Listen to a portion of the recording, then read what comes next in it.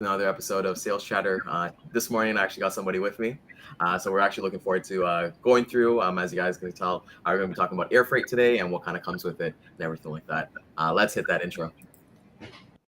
To the HPLS podcast. Live, relevant, and high performance information, conversations, and education weekly.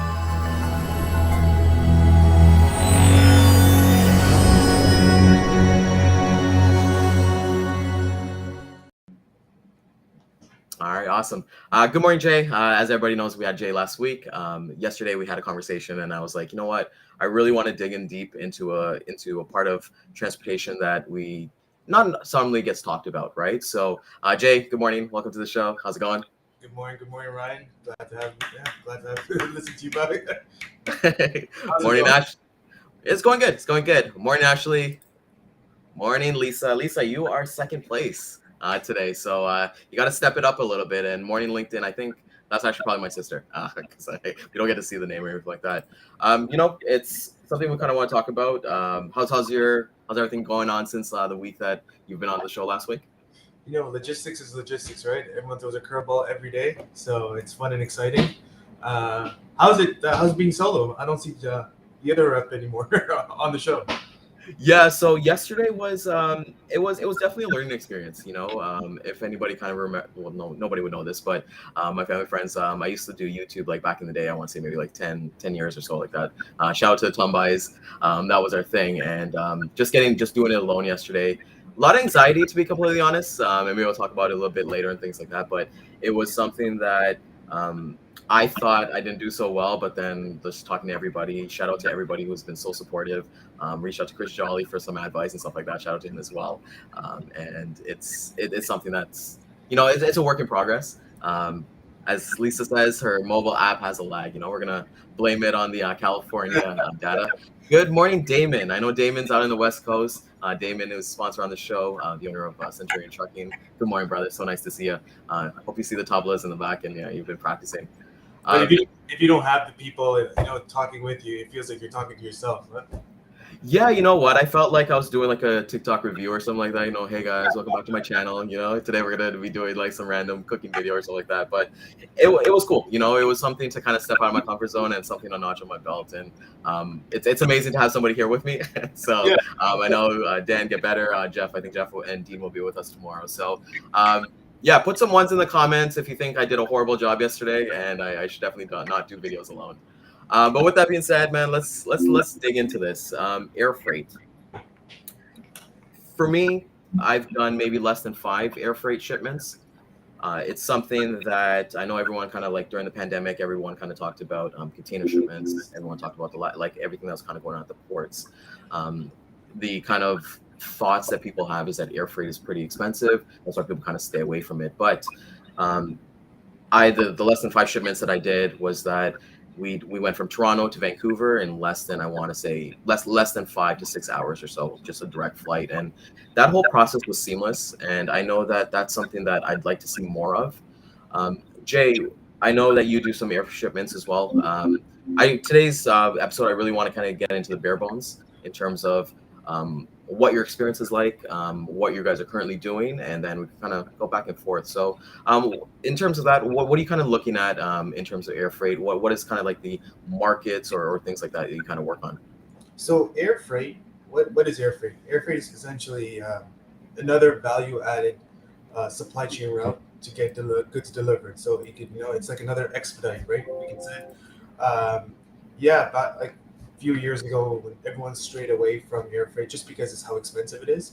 But again, air freight now, I feel like it's been a little bit more saturated where we're getting more aggressive rates. I've seen over the pandemic, well, we've seen ridiculous rates before, going from Ontario to BC at like 16K last year. But at the same time, the price of air freight was literally hovering around the same thing. So people started now using it, getting exposed to it.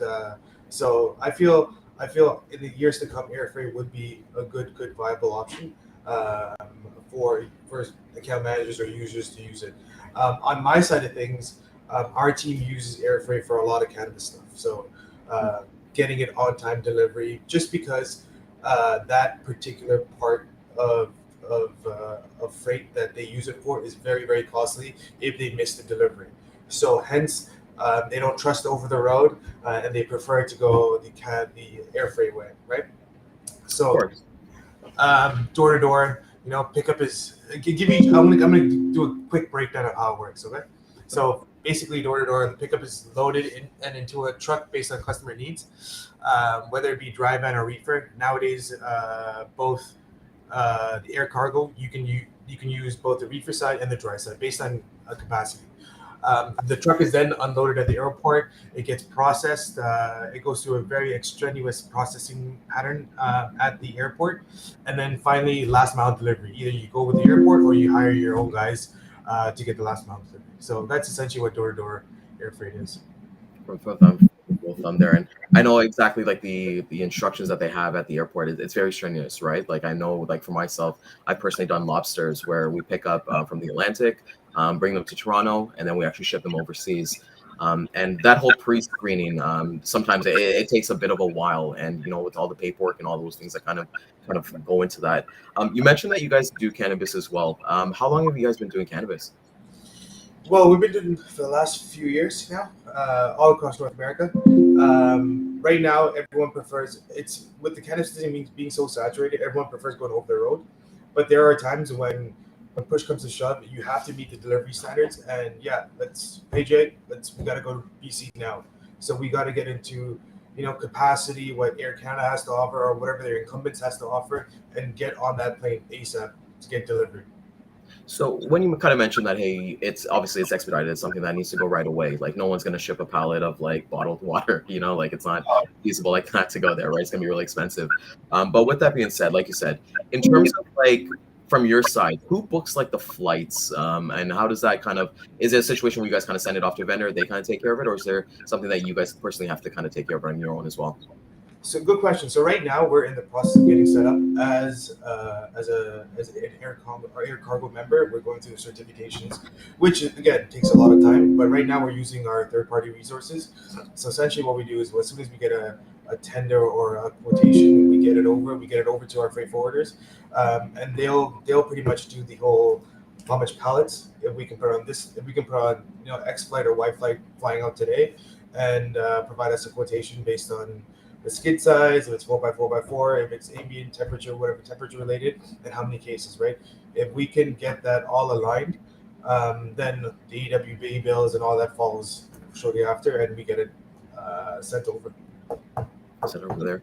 So when you guys like mentioned like the pallet size and stuff like that, is there like a maximum that you could that you can share with us, like in terms of what they actually look for that you can't oversee? Like from my mindset, like I don't know anything about air freight other than the shipments that I've done. So it's like, hey, can I put a 44,000 pound shipment on there? I would assume not, but maybe things are different now. I never have to be quite honest. Usually when I do air freight or when my agents do air freight, it's usually one pallet, two pallets. We don't see, well, I don't regularly see, I'm not going to speak on behalf of others, but usually I see maximum 2 to 3 pallets, right? Based on skid count and whatever plane is going in that direction, and we stick them in, right? Perfect. And on average, what do you think that you guys are kind of doing monthly in terms of like air freight at business partners? Maybe 1 to 2 shipments a month at the very most. Okay. Again, we use third party, so we're spending time on the educational aspect, so we get licensed. So on monthly, it's 1 to 2 shipments a month using a third party vendor. And I know that you mentioned off camera that like you guys are kind of going through that whole process and stuff like that. Are you able to kind of kind of peel a little bit layer behind, like let's say somebody wants to become certified or something like that? Like what kind of process has looked for you guys so far? So there's a CIFA portion that you have to do where you're doing quizzes and read through material. As soon as you do that, you do a final exam. As soon as you're finished that component of it, then there's a IATA exam, which is dangerous goods, which you also get certified. Upon completion of those two, then you can go ahead and apply for licensing. So it's basically a long-term process, but at the end they have to vet the right people here. Like as you mentioned, you guys do 1-2 shipments. What is kind of like your experience with it? Like obviously, like it obviously gets there faster. How do your customers is it a situation where I would assume they're just much more happier with the shipments getting there faster, or do you think that hey, they can do the trucking route if they kind of plan it out a little bit better? For intra Canada, they're not very not happy. Well, I will say because they're paying X amount of dollars, which is like triplicate or even quadruple the amount of over the road. But when it comes to like say going to Australia, Germany, and so on and so forth, yeah, it's an experience, right? To get there on time. As long as you have all your ducks aligned, all your paperwork aligned, the process is seamless. It's very quick. But hence why they charge you, 50, 60,000 going down overseas, right? You pay wait for what you get for it. Yeah, exactly. You get what you pay for. And I remember when I used to do like a little bit of container shipments, like they like with other providers, and basically they just kind of tell us, hey, we'll pick it up, and when it gets there, it gets there. Like there's no really there's no really timelines. Like they could tell you whatever, but then I know once my shipment hit, like the boat hit like a storm, so it's like, well, we're not gonna when it gets there. Hopefully, it gets there all together in one piece. Well, you can't provide macro point as some Sarah tracking. Maybe, you know what? Maybe that's a new business venture that we need to do. Get to macro point or 4 kites or something like that.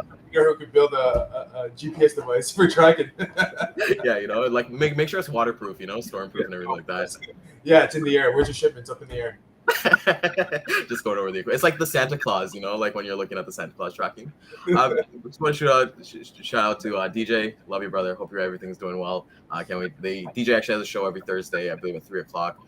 Just kind of like motivation and stuff like that with his host. So DJ is amazing, guys. So with like air freight specifically, when you guys kind of started and you kind of like, what are things that you kind of look for in like your provider that you're kind of using? Is it simple that, hey, relationships through the Vine that you're having conversations with people like, hey, this is my air freight guy, you should go out to him? Or like what kind of research went into that to find like the right provider for you guys? So so how we have it positioned here at Business Borders is each one, we have an agent for their own niche, right? So we have an intermodal guy, we have an air freight guy, we have perishable, non-perishable, so on and so forth.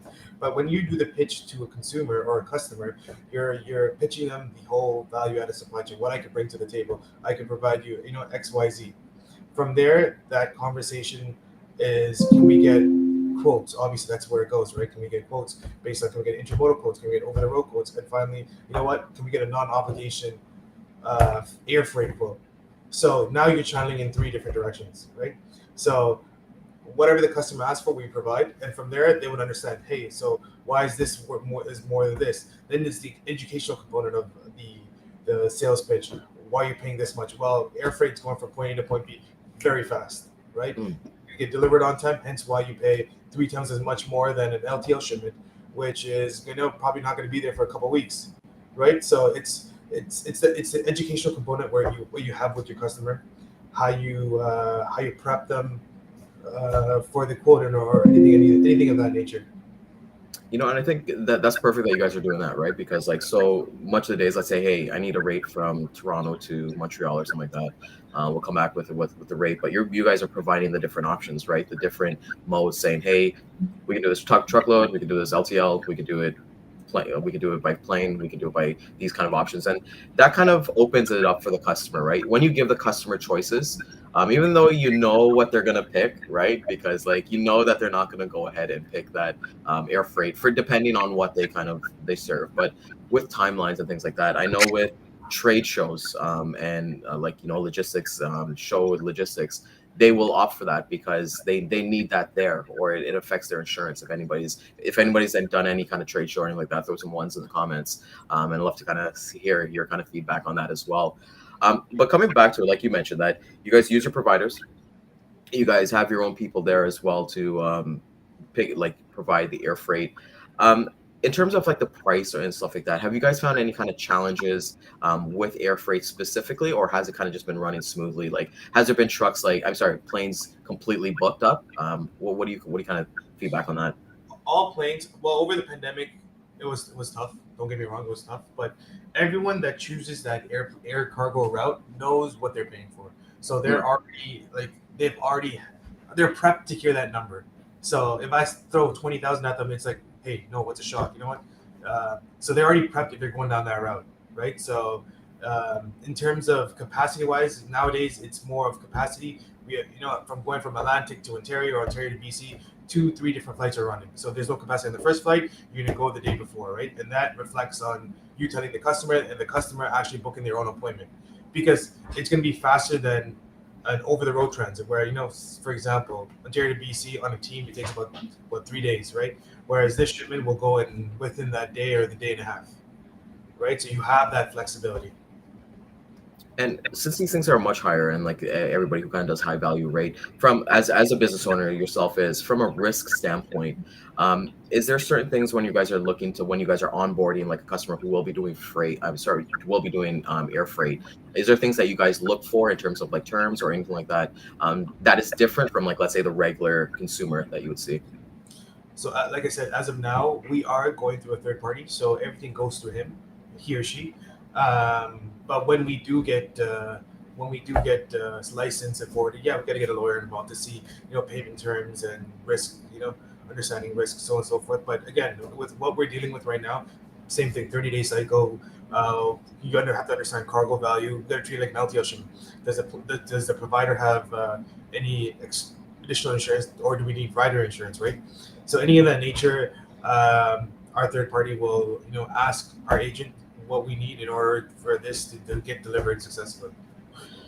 But again, you're not going to see theft or whatever airplane, right? So at least I would hope not, man. I don't think anybody would want to go to the government. That's the one place that you wouldn't want to see theft. So yeah, from there. And Lisa kind of mentions here, as we're kind of talking about giving the customer, empower them to make the choice. And you're completely right, Lisa. You want to give those options to the customer, let them decide what they want, and then they'll decide within their business. Because, one thing, just kind of go a little bit off track here, was that we, like the company I work with, is that we offer warehousing as well, like our own warehouse. And I realized that, hey, we weren't moving shipments with certain customers or prospects. I offer that warehousing portion, and it's something that you're giving them more options. You're actually just being somebody more than an order taker. I'm a big believer that anybody can book trucks. Anybody can get a load board, they can get that, they can get load link, they can go and book a truck. But when it comes down to it, it's being that solution provider. Jeff mentioned something here. Morning, Ryan J. Keep killing it. Hopefully you're having a wonderful vacation, Jeff. And I want to see that notebook that you've been talking about past couple, like last week, in terms of what you're planning for the rest of the year.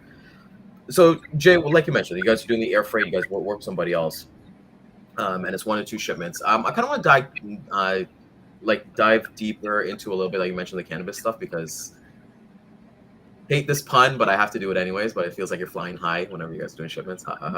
But in terms of like the cannabis, you mentioned like they're everywhere. There's so many companies. I feel like when one closes down, you see another 5 pop up. And in terms of you guys doing it here, can you dive a little bit deeper into like how you guys kind of got into cannabis, what things you guys kind of look for, and maybe if there's any kind of outlook that you guys kind of have in case anybody listening here would like to kind of move those shipments?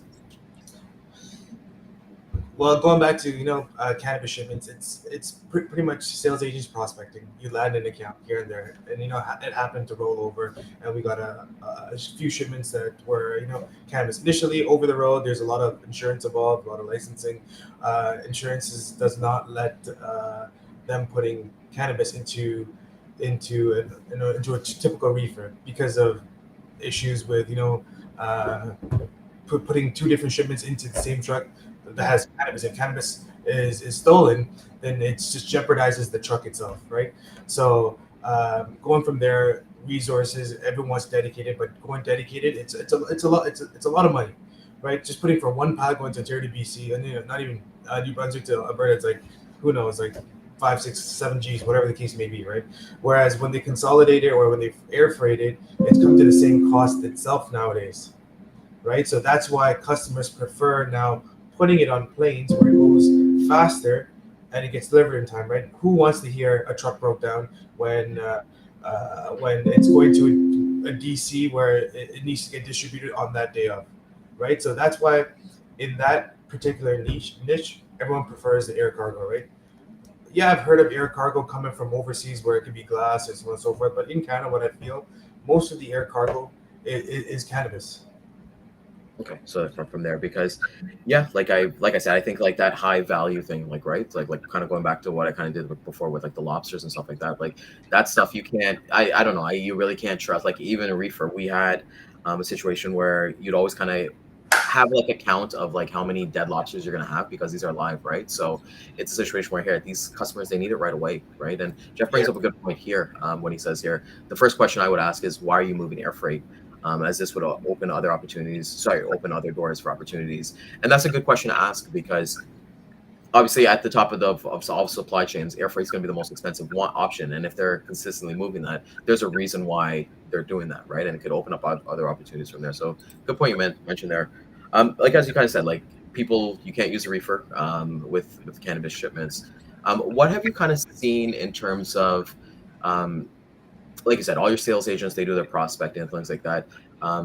For your own self, what do you kind of look for in terms of like the prospects that you kind of go over? Is there certain niches that you kind of work in, as obviously being the owner of Business Partners?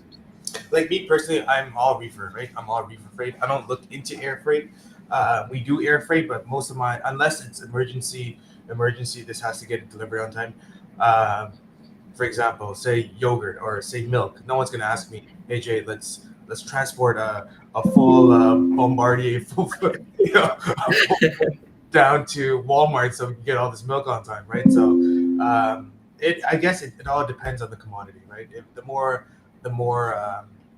and also the more value added or the more high value cargo it is, because back in the days they were moving. Back in the days when no one was moving cannabis through planes, they were using Brinks trucks, right? Dedicated with cops in the front, cops in the back. That was back in the days, right? But now everyone's just flying it. They know it's safe. It gets processed, secured, and then last mile delivery. So it has transitioned over time. But for me, my shipments, my niche is different as opposed to my sales agents. Yeah, of course, and that's why you're able to even have a conversation about air freight, right? Because you're kind of learning from them as well, Exactly. what they're kind of doing, and you're seeing everything from there. In terms of like the air freight, so let's say somebody like our podcast is kind of like aimed for people who are obviously in logistics and they want to try new things and they kind of want to get into like air freight and things like that. Um, when you're having those conversations with the customer and your sales agents are having those conversations with their customers about, hey, air freight, where do you guys kind of need to get this moved?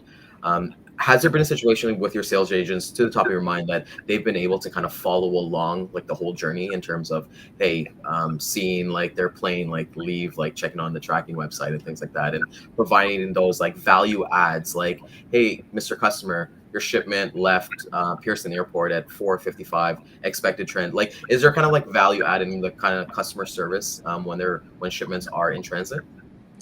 So again, going back to the cannabis side, because that's all I could give reference to, is we pick it up, we deliver it to a cargo warehouse where it gets processed, checked, triple checked if everything is good, meets the requirements to get onto the plane. Once it gets onto the plane, again, it goes through an extraneous process again, screening, because it could be a cargo passenger plane as well, where you don't want any liability issues or anything like that. Once it gets in, it gets double checked. Then again, it's just like your boarding ticket, where we see when we fly. You know where the plane's going at all times. I don't know if you know now, when you hop on an international plane, as soon as you put your plane number on it, it shows you from point A to point B and where it lands and all that, right? So it's a macro point for the same plane as well, right? Yeah, 100%, 100%. It's getting there from there. It's not like my CSR team would jump in and let them know, here, this is where your plane is. You can physically go yourself and tell the customer itself, there, this is the plane that's going on. This is when you're expecting ETA. Once it reaches, it's obviously going to go through another screening cycle and then last mile delivery. Last mile delivery. And like as mentioned, these are expedite situations that are happening. Have you kind of seen on your end where like these air flight, like how planned out in advance are these shipments kind of scheduled for? Maybe 3 hours. Hey Jay, I gotta get it going. Oh, really? Oh, really? So wow, that's honestly crazy. If it's pre-planned, no one's gonna pay X amount of dollars to get it. They rather find a solution where they can LTL it, or they could, at the end of the day, it's their cost that they're trying to save cost on their end. But when shit hits the fan, it's that 3 hour call where you're trying to grab a flight right away. Right. And as you mentioned, the LTL that you guys kind of, so with the cannabis, kind of touching on that a little bit, have you guys does cannabis get like consolidated as LTL? Is there providers that kind of do that? Because I would think like my mindset is like, hey, let's just full truckload it, just make sure everything is safe here, and kind of go from there. What's kind of thoughts on that? Everything should be done, dedicated based on if you have the insurance, right?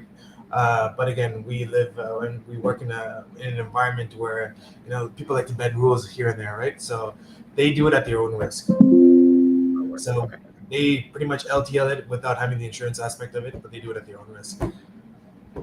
Yeah, because like even when I was doing like when we did the lobsters, like we worked with a company that we would basically consolidate other so the lobster community. If anybody's going after lobsters in the Atlantic, it's a very small community. It's a very everybody knows each other, everybody knows the trucks, everybody knows everybody in solution there. But basically, what they would do is that there'll be one company that only has like 2 pallets to send, and then they can grab another pallet from another customer, and then they basically consolidate that, and then basically bring it down to the cargo and have that all shipped out overseas. Which is important, right? Like they can't miss those flights based on the high value of it.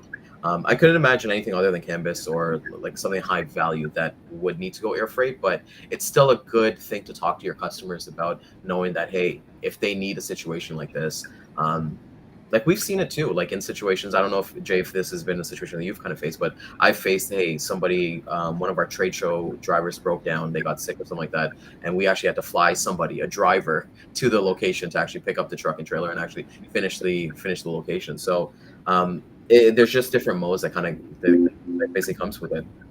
With air freight, usually for what I see on the cannabis side, is these guys are publicly traded and they need to make that last minute revenue or whatever the case may be.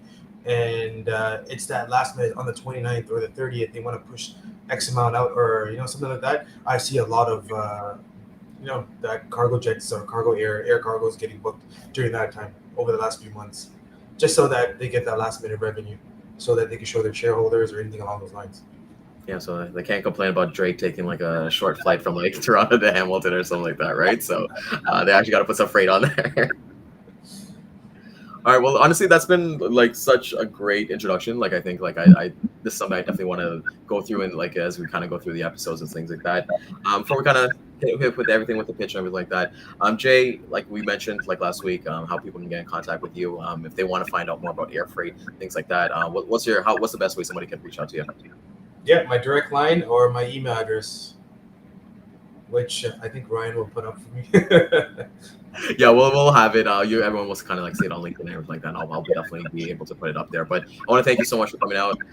This was honestly something that I really, really wanted to hear about. So I'm actually looking forward to replaying it and actually listening and taking a little bit of nuggets there. Thanks everybody, all the viewers. You guys are amazing. We had an amazing turnout this morning. We will be hitting the replay at 12 p.m. Eastern time and 3 p.m. Eastern time as well on LinkedIn, YouTube, and Facebook. Tomorrow is Data Day with Dean. Jay, make sure you tune into that one because those Wednesdays are amazing to like go back to your customer and give them the value.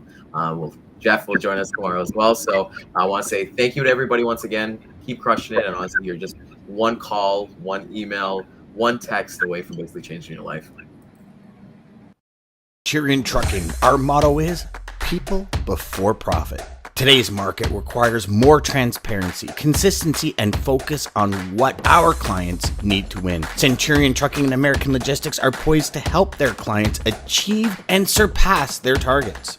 If you're looking for a team that honors your needs, dreams, and aspirations, then get a hold of Daman at American